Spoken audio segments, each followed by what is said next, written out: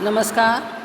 BA part first प्रथम प्रश्न पत्र में हम विनय पत्रिका के पदों को पढ़ रहे थे। जैसा कि मैंने आपको विनय पत्रिका का परिचय देते समय ही बताया था कि कलयुग के द्वारा सताए जाने पर तुलसीदास ने अपने भक्ति प्राप्त करने की और प्रभु का अभयदान प्राप्त करने की विनय या प्रार्थना इस पत्रिका में की है। तो यहाँ पर भी उसी से संबंधित पद है। तुलसीदास ने अपनी रामचरितमानस के उत्तरकांड में भी कलयुग का जिक्र किया है। तो आइए देखते हैं विनय पत्रिका के इस पद में कलयुग के बारे में तुलसीदास ने क्या क्या बताया है। दीन दयाल दुरित दारिद दुख दुनि दुसह तिहु ताप तई है। देव द्वार पुकारत आरत सबकी सब सुख हानि भई है। प्रभु के वचन वेद बुध सम्मत मम मूर्ति मही देव मई है। तिनकी मति रिस राग मोह मद लोभ लालची लील लई है। राज समाज कुसाज कोटि कटु कल्पित कलुष कुचाल नई है। नीति प्रतीति प्रीति परमिति पति हेतुवाद हटि हेर हई है। आश्रम बरन धर्म विरहित जग लोक वेद मर जाद गई है। प्रजा पतित पाखंड पापरत अपने अपने रंग रही है। शांति सत्य शुभरीति गई घटी बड़ी कुरीति कपट कलई है। शीतत साधु साधुता सोचति खल बिलसत हुलसति खलई है। परमारथ स्वार्थ साधन भय अफल सफल नहीं सिद्धि सही है। काम धेनु धरनी कलि गोमर विबस विकल जामति न बई है। तुलसीदास ने कलयुग में कैसा कुछ हो रहा है इसका वर्णन करते हुए बताते हैं कि दीन दयाल दुरित दारिद दुख दुनि दुसह तिहु ताप तई है। सबसे पहले वो भगवान राम को संबोधन देते हैं दीन दयाल, अर्थात आप दीनों पर कृपा करने वाले हो। इस संबोधन में यह भावना छिपी हुई है कि आप दीनों पर कृपा करने वाले हो और कलयुग के कारण हम सभी दीनहीन हो चुके हैं।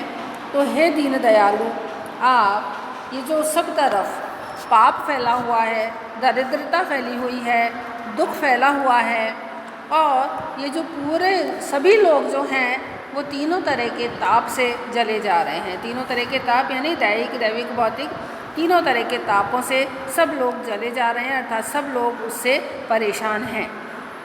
देव द्वार पुकारत आरत सबकी सब सुख हानि भई है। देव द्वार अर्थात मैं आपके द्वार पर आकर के आपको पुकार रहा हूँ और केवल मैं ही नहीं पुकार रहा हूँ बल्कि सभी की यही स्थिति है और सबकी सब सुख हानि भई है।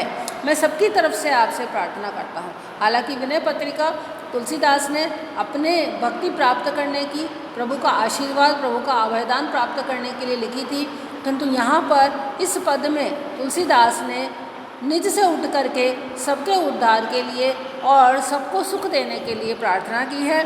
तो यहाँ पर वो कहते हैं कि सबकी सब सुख हानि भई है। सभी का सब तरह का जो सुख है वह नष्ट हो चुका है।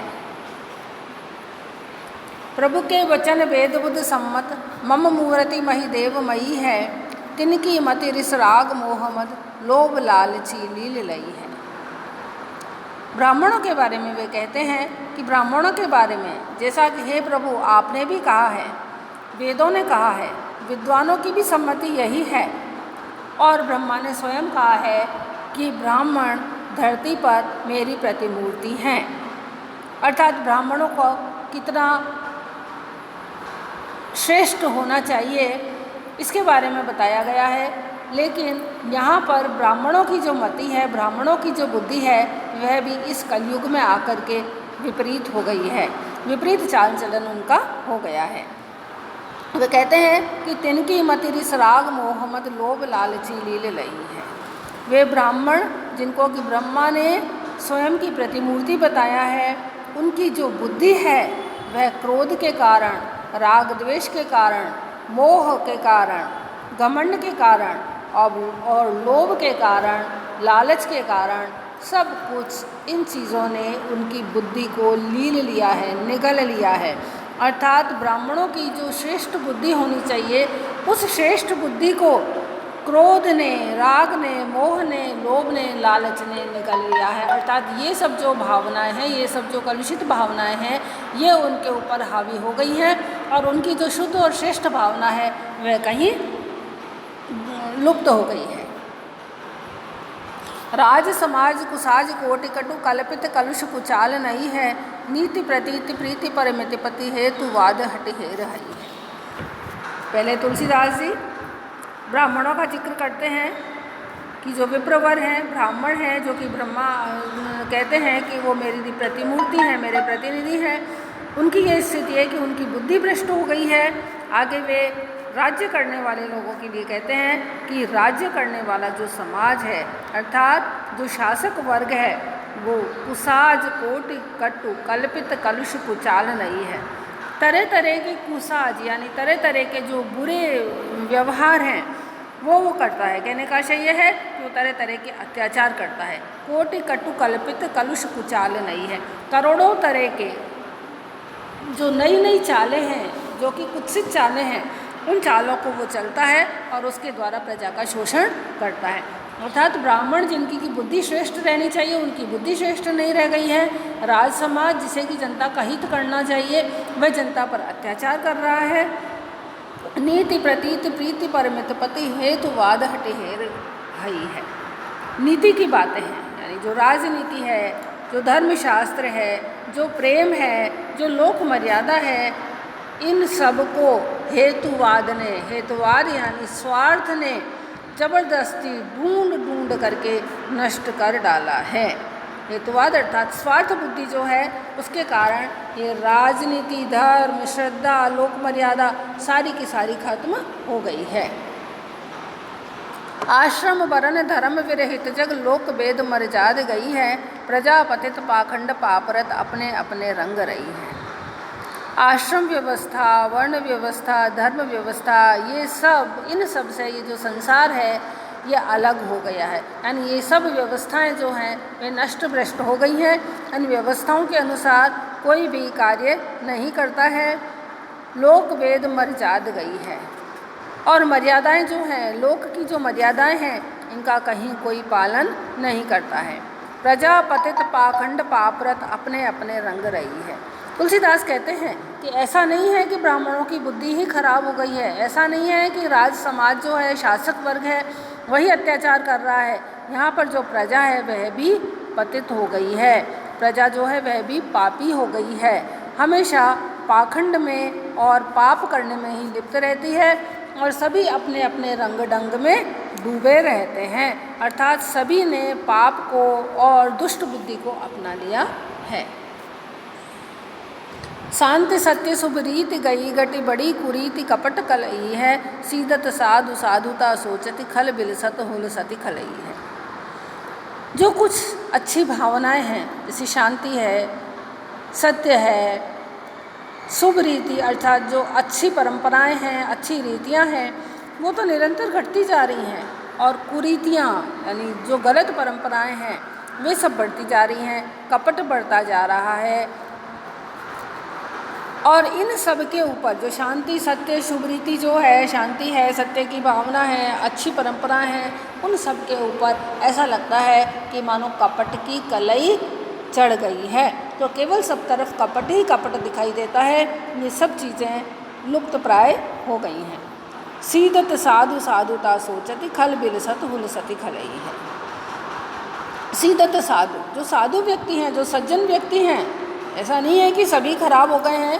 प्रजा में भी जो बहुत ऐसे लोग हैं जो कि पाप में या पाखंड में रत रहते हैं, तो कुछ लोग ऐसे भी हैं जो अच्छे हैं, सज्जन व्यक्ति हैं। वो जो सज्जन व्यक्ति हैं वो दुखी हैं। साधुता सोचती, और सज्जनता जो है, सीदत साधु यानी जो सज्जन हैं वो तो दुखी हैं क्योंकि वो प्रताड़ित हैं, उनके ऊपर अत्याचार हो रहा है, इसलिए जो सज्जन व्यक्ति हैं वे तो दुखी हैं। और साधुता सोचते, और सज्जनता जो है वह हमेशा चिंता में ही डूबी रहती है। किस चिंता में डूबी रहती है कि हम जो कि अच्छा कार्य कर रहे हैं, इसका हमें बुरा ही परिणाम क्यों मिल रहा है, हमारे ऊपर तरह तरह के अत्याचार क्यों हो रहे हैं। इसलिए जो सज्जनता है उसकी भी एक तरह से यहाँ कसौटी है कि सज्जनता को भी रख पाना बड़ा मुश्किल हो रहा है और वह हमेशा चिंता में डूबी रहती है कि अच्छे काम करते हुए भी मेरे साथ बुरा क्यों हो रहा है, मेरे ऊपर अत्याचार क्यों हो रहे हैं। खल बिलसत हुलसती खलई है, जो दुष्ट हैं, खल यानी जो दुष्ट हैं वे तो बिलसत यानी प्रसन्न हो रहे हैं, और हुलसती खलई है, और जो दुष्टता है, देखिए पहले साधु और साधुता थी, अब यहाँ पर दुष्ट और दुष्टता है। साधु प्रताड़ित हैं, साधुओं के ऊपर अत्याचार हो रहा है, इसलिए सज्जनता सोच मग्न है, इसलिए सज्जनता शोकग्रस्त है, जबकि दुष्ट जो हैं वो खूब फल फूल रहे हैं, वो खुश हैं, इसलिए दुष्टता भी खूब बढ़ चढ़ रही है, दुष्टता का भी खूब प्रचार प्रसार हो रहा है, दिन दूनी रात चौगुनी बढ़ती जा रही है। परमार्थ स्वार्थ साधन भय अफल सफल नहीं सिद्धि सही है, काम धेनु धरनी कलि गोमर विबस विकल जामति न बई है। जितने भी परमार्थ हैं वो सभी स्वार्थ में बदल गए हैं, यानी परमार्थ की जितनी भी बातें हुआ करती थी वे सब स्वार्थ में बदल गई हैं।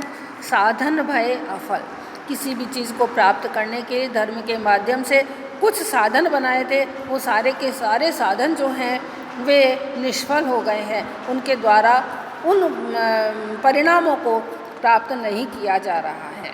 सफल नहीं सिद्धि सही है, और कुछ जो सिद्धियाँ जिनको प्राप्त करके कुछ काम सफल होते थे वो सिद्धियाँ भी अब फल देने वाली नहीं है। कारण क्या है? क्योंकि जो परमार्थ है वह स्वार्थ में बदल गया है, इसलिए जितने भी साधन हैं वे भी निष्फल हो गए हैं, और सिद्धियाँ भी उपयुक्त परिणाम जो है वो देने में असमर्थ है। क्योंकि ये चीज़ें जो साधन हैं, जो सिद्धियां हैं, वो तभी फल देती हैं जबकि व्यक्ति परमार्थी हो। जब उसमें स्वार्थ आ जाता है तो ये सिद्धियां भी निष्फल हो जाती हैं। और क्योंकि अब कलयुग में सब तरफ कपट ही कपट है, सब तरफ स्वार्थ ही स्वार्थ है, इसलिए सिद्धियां भी निष्फल हो रही हैं। काम धेनु धरनी कलि गोमर विबस विकल जामति न बई है। आगे कवि कहते हैं कि कामधेनु रूपी, कामधेनु जैसी है धरती, चाहे जो मिलता है इससे, लेकिन जो कामधेनु रूपी धरती है वह भी उसी प्रकार जैसे गाय किसी कसाई के हाथ में पड़ जाती है, उसी तरह से यह धरती भी कलयुग रूपी कसाई के हाथों में पड़ गई है। कलि गोमर विबस, कलि यानी कलयुग, गोमर यानी कसाई, विबस यानी उसके वश में पड़कर विवश हो गई है, अर्थात तो उसके वश में आ गई है।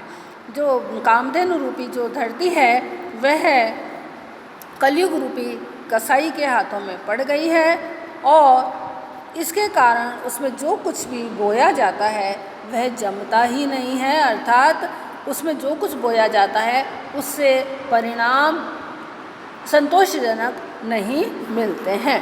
उसमें जो कुछ भी डाला जाता है उसका फल जो है वह नहीं मिलता है। तो यहाँ पर कवि ने जो कलयुग है और कलयुग के प्रभाव के कारण जो सभी की मानसिकता बदल रही है उसका वर्णन यहाँ पर किया गया है। किस प्रकार दुष्ट लोग यहाँ पर प्रसन्न हैं और जो सज्जन लोग हैं वे यहाँ पर प्रताड़ित हो रहे हैं। सज्जनों की सज्जनता खतरे में है, इसलिए सज्जन भी अपनी सज्जनता को बचाए रखने में बहुत मुश्किल महसूस कर रहे हैं। इस तरह का यहाँ पर वर्णन है। साथ ही उस समय का जो समाज था उसमें व्याप्त अव्यवस्था थी, आडंबर था, इन सब का स्वार्थ की भावना थी, इस सब का वर्णन भी यहाँ पर है। और ऐसा नहीं है कि उसी समय ऐसा था, आज के समाज में भी जो कलयुग है उसमें इसी तरह की भावनाएं हैं कि सब तरफ स्वार्थ का जो साम्राज्य है वही सब तरफ फैल रहा है और दुष्टता सब तरफ फल फूल रही है। सज्जन लोगों को अपनी सज्जनता बचाए रखने के लिए अथक परिश्रम करना पड़ रहा है। धन्यवाद।